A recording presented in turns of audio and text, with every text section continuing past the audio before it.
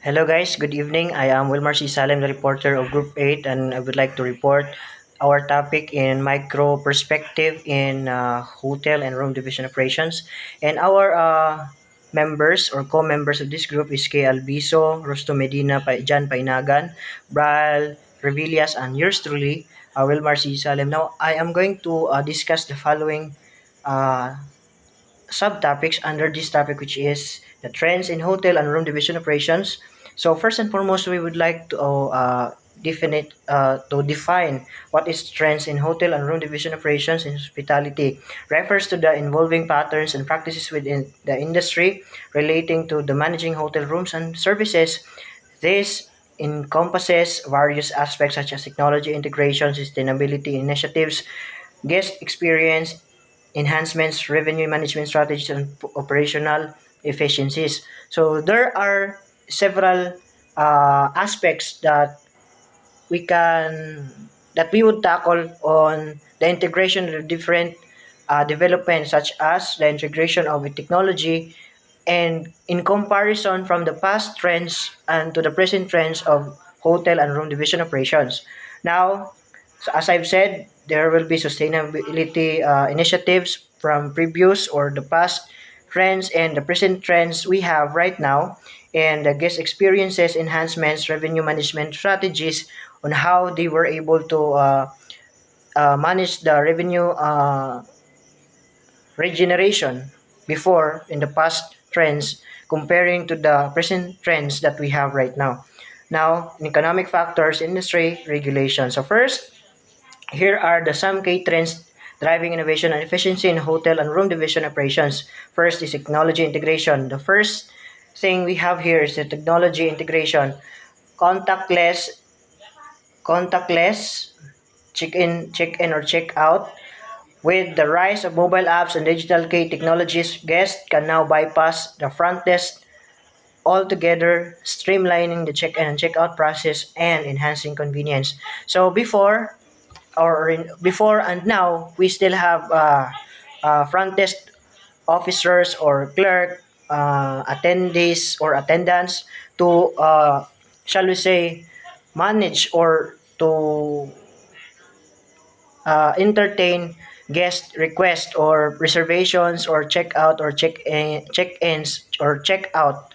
Uh, but through the integration of technology, they can now conveniently streamline and process it online. So by the apps we have right now, no? So for example, na online booking, na online reservations, they can just tap it for check-in or check-out.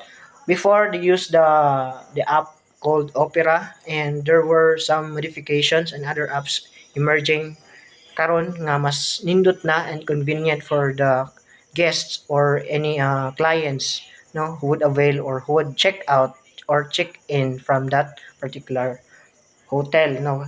Then smart room features, from voice activated assistants to personalized climate control, hotels are integrated smart technology into guest rooms to provide a more seamless and comfortable experience. So kung naayo gitawag og smart smart technologies, they have also smart rooms. So unsa man siyang smart rooms, they are uh, voice activated assistants, no, na sila by just having a kanang voice request within that room, no, naay mo tubag or naay mo assist sa imuha through that request kay to personalize climate control, hotels and experience integrating smart technology into the rooms to provide seamless and comfortable experience.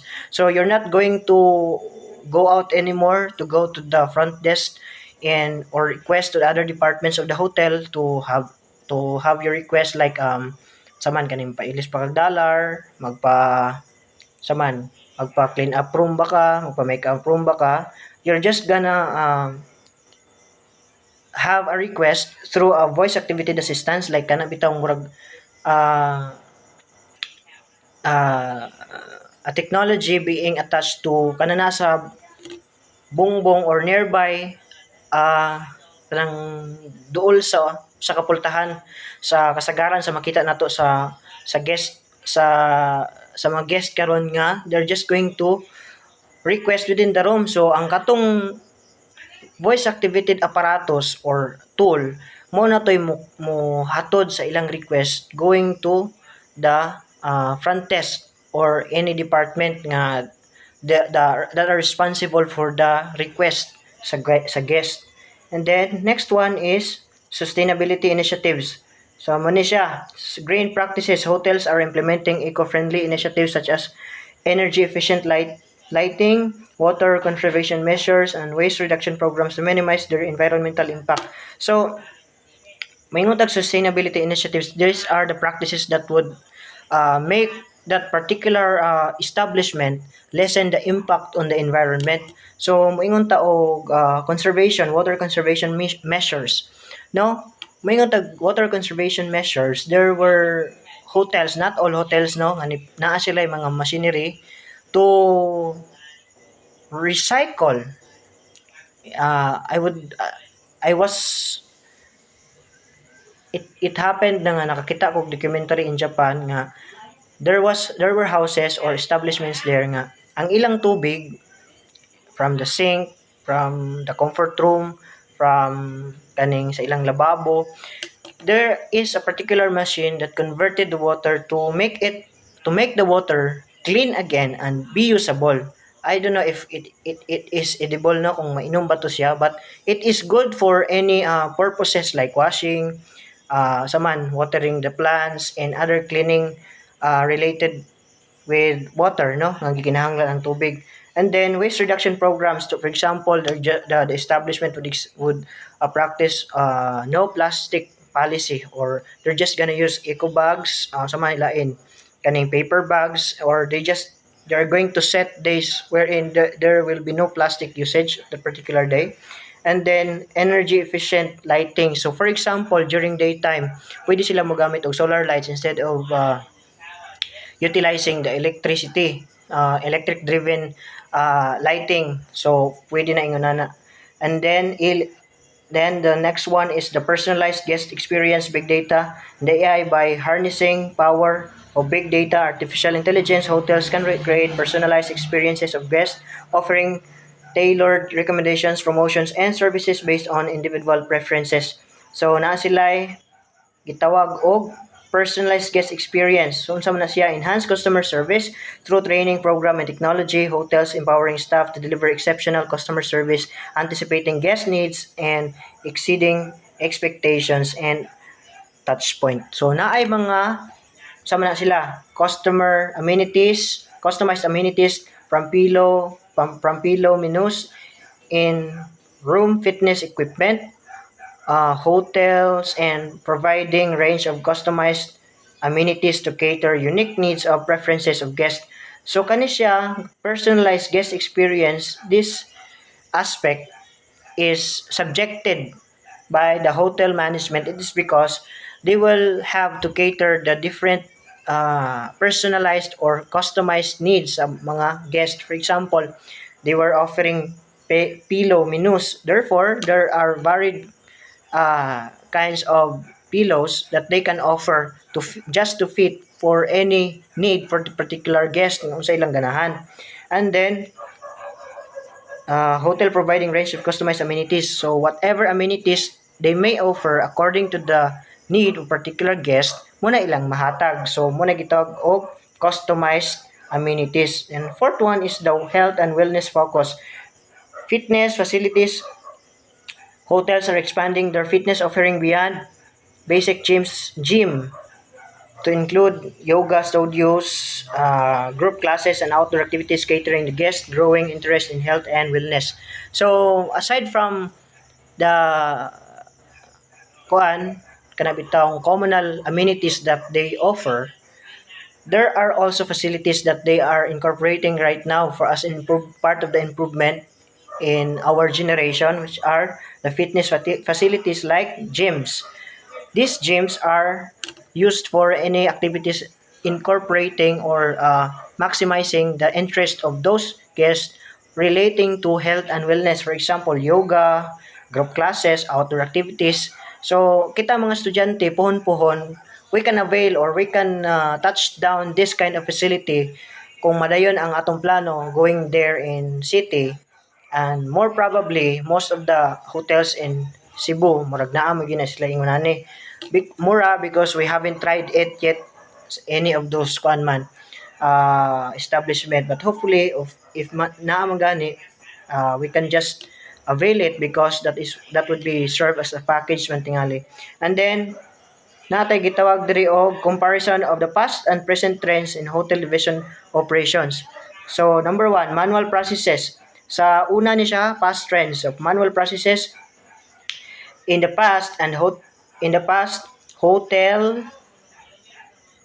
and room division operations relied heavily on manual processes for tasks such as check-ins, reservations, and housekeeping. This often lead to inefficiencies and longer processes times. So sa una, uh, without the integration of technological advancement, unlike right now in the present times or in the present tense, the trends that we have, manual processes are very vague, no? Lapad kaayo ang paggamit sa manual processes by the establishments before. It is because there are limited resources for the technological advances or incorporating the technology before. So from check-in, from reservation, they're more likely to make it as kuan na lang walk-in perme because there were no technologies that would cater online booking, online reservations, nothing at all. So the processes will just rely on simply on manual processes.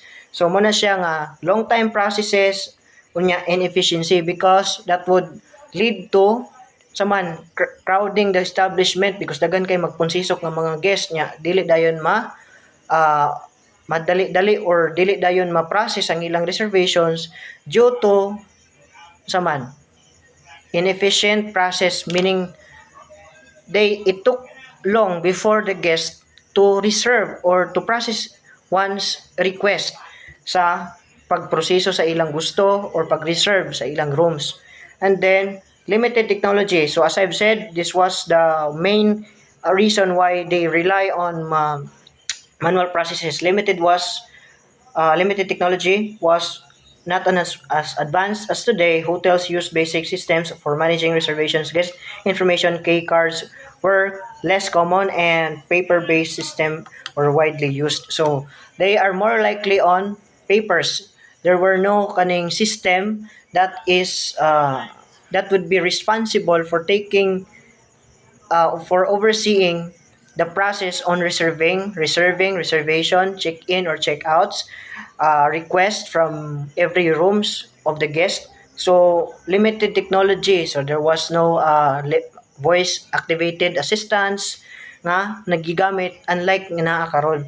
And then standard room types. Hotel typically offered a limited range of room types such as single, double, and suite with fixed amenities and configurations. Customization options of guests were limited. So during past trends, there were no customization. Walay customized amenities that would meet the expectation of the guest. And there were few types of rooms that are standardized during those times sa past trends. So there are single, double, suite niyan, fixed amenities, meaning fixed, dili na siya mausab. What is there are already there and nothing would be changed just to meet the client or the guest expectation because that is fixed configuration within that particular room or establishment.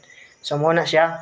Then traditional marketing hotel is relied on traditional marketing methods such as print advertising, direct mail, and travel agents to attract guests. So as we all know, unlike karon nga naa na sila online advertisement, Facebook advertisement, and other mobile platforms, no, apps nga magamit nila just to advertise certain establishment, no, mas nga munindot ang ilang pag-present or pagbaligya sa ilang establishment just to capture those guests. Unlike sa una nga sa man direct printed advertisement like flyering tingali sa una, billboard, they are just limited on printing or printed materials for advertisement or marketing. Okay. So fixed pricing strategies were less dynamic Fixed pricing rates of rooms based on factors like seasonality and room type were with less flexibility to adjust price in real time based on demand. So the pricing before were not really dynamic because they were not really basing on the demand in real time demand. So sa una, kung palitan mo ingon gud ta og kaning for example a product no, the price of particular product would get higher when the demand is also higher. Whereas kani siya ang when the demand got higher this past trends before, still the aspect on revenue regeneration still the same. It is because or there might be changes on the revenue regeneration, but the setup of getting the money or getting the revenue as per basing to the pricing would merely be just the same. Nga naman, they are establishing fixed pricing regardless on the demand of particular time. So for example sa seasonality, na magimingon nga mahal na ron ang kuan kay tungod sa kadaghan. So and before wala kay mo offer og discounts because during kanang mga mingaw-mingaw bitaw nga dili kay season the particular time kay nga naman they are establishing more on fixed and unsa man fixed pricing sa una unlike sa karon nga because of wide range strategies kung mingaw tagaan nila discounts, they would offer discounts or any additional offers when the guest would check in or would avail the service. Kung mahal, kung daghan o in demand po kayo labi na og season, they would put the price on a little bit higher than the original price, making it not dynamic. So it is already making it not static but it's already a dynamic nowadays. So now present trends. So sa may mga present trends na po karon technology integration, modern hotels have embrace technological streamline operations. So karon naanay mga integration on technology. So as we will all know nga naana sila yung mga specialized technologies or apparatus tools just to make the processes smooth and efficient. Now, online booking platforms, the rise of online booking platforms and hotel integrations transform way guests make reservations. So from the manual processes, they would just have at least mingon tag 90% of the guests right now mo go through sila online booking. No, there are less processes on kaning walk-ins na lang. Room customization. So there were hotels offer wide range of room types, configurations to cater diverse guest preferences. From the very beginning, once you reserve, there will be certain offers ang saman ang mga establishments. You will be asked for certain unsay kaning for certain questions nga unsay gusto nimo nga naa sa imong room, and then they would set those up para ma-meet ang imong gusto. So that is room customization. Then data analysis. Hotels leverage data analytics to understand guest preferences, optimize pricing strategies, and personalize the guest experience. This enables hotels to make data-driven decisions and enhance guest satisfaction. So by the data analytics karon nanan sila gitawag og mga processes that are saman that could possibly um, be the reason nga dali ra makita unsay lapses, unsay kulang sa kulang sa ilang serbisyo or what has to be removed, what has to be retained, and what has to be improved. So muna siya. So sustainability initiatives, more growing emphasis on sustainability in hotels operations. So kung sa una na ay mga sustainability initiatives, mas karon mas ninindot pud siya tungod sa different trends like sa adto ka sa gawas na sila gitawag og kanang instead of using ganing plastics, they are already using eco bags. There were no plastics anymore during these times, no, nowadays, because they are practicing sustainability initiatives that would lessen the impact of environmental issues brought by establishments. So muna siya. So the importance of trends in hotel and room division operations. Unsa man importance of trends in hotel and room. Unsa may importansya di ani. So first is meeting guest expectation. Trends are often reflect changing guest preferences and expectations. So unsa man kay importante, it is because importante ni siya tungod kay diha nimo ma-meet or shall we say kanang maabot og unsay gusto sa guest diha sa imong establishment. So you can just easily adjust because of the trends in hotel and room division operations, labi na karon nga daghan na tag mga aparatos, technological advancements and other room customization nga dali na lang nato mapaabot ug unsay gusto nila. So that is one of the importance, which is meeting guest expectations.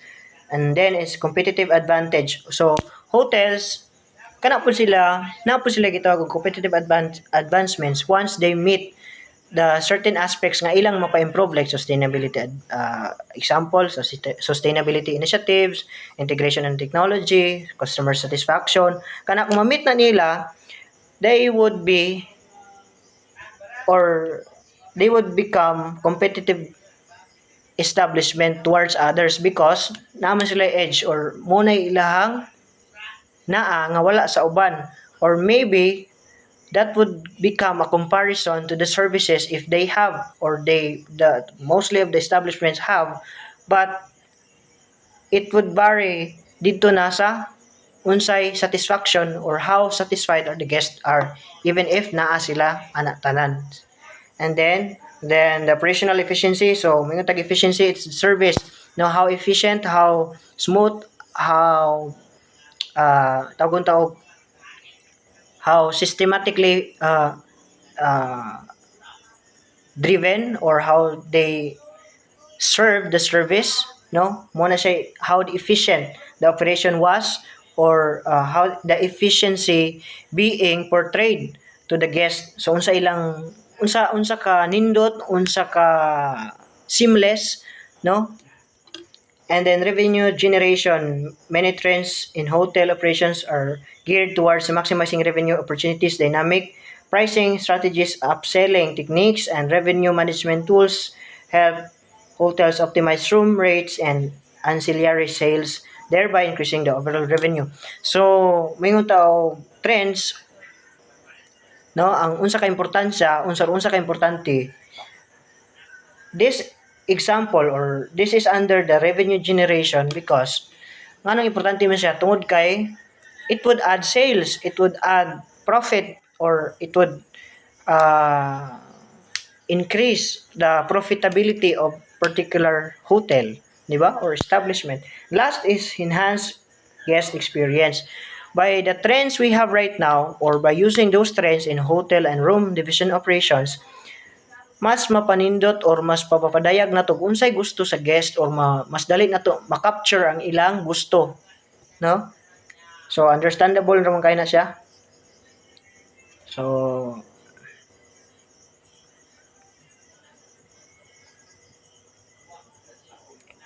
next one will be sustainability and social responsibility, with growing awareness of environmental and social issues, trends, and sustainability and social responsibility are increasingly important for hotels implementing eco-friendly practices, supporting local communities. So, for example, naay mga establishment sa bukid-bukid, no, nya naay mga tanom diha, or naay mga mag-uuma. May tawag sustainability and social responsibility. We would lessen the practices that would damage the particular community that particular hotel is placed or located in. So, for example, adto ka og adto kag bukid, adto kag ka-treasure, no. Example na nato na there were kuan mingon tawag there were parts of that establishment nga kuan jud siya kanang nature based jud siya banya. Mingon tag nature based, it is a place wherein it is hugely based on the natural kana bitong aspect sa place. Kabalo kabantay mo ato nga nindot ang tubig, although man-made siya, but the surroundings is daghang kahoy. So to lessen the possibility that they could damage the ecosystem or the environment nearby, they would prefer, or we would suggest to lessen the usage of plastics. Ikaduha na ay mga mag-uuma didto nga nanguma. And then it is stated here nga responsible or community support. No, how can you support local communities? So for example, natay serve sa atong mga guest nga mga kuan, prutas ba karon or natay gi-serve sa mga guest nga mga delicacies or atong mga linuto dito varied foods and varied or wide range of kaning foods. Then nagluto ta niya ang atong mga resources is mga pananom like mga bunga sa or any other crops bitaw nga pwede na to ma-avail sa mga mag-uuma nga duol dihang dapita. So that is how we can support the local communities. And then adaptation of market shifts, no? The hospitality industry is subject for various external factors such as economic fluctuation, technological advancements, and changes in consumer behavior. Staying attuned to trends allows hotels to anticipate to adapt. So kung highly adaptive ang usa ka hotel sa mga trends karon, they would just easily shift from the previous practice to the new ones para ma-adapt nato or to meet certain needs sa atong customers. So muna siya. So that was the last part of my report, which is the adaptation of market shifts. So that is under the importance of hotel trends and room division operations. So once again, I am Wilmar C. Salem, the reporter of this topic, Group 8, which is the trends in hotel and room division operations. My co-members again, kay Albiso Rosto Medina, Jan Painagan, Brian Reviles, and Wilmar C. Salem, yours truly. And then, there will be next reporting. Ako gyapon mo report, which is sa PCTG. And I would like to tell something tonight, no? Before mo matulog, pray and good night. So salamat kayo sa pagpaminaw. And I will be sending this video to the instructor, our beloved instructor, Mrs. Marjan C. Bukag. So that's all. Thank you.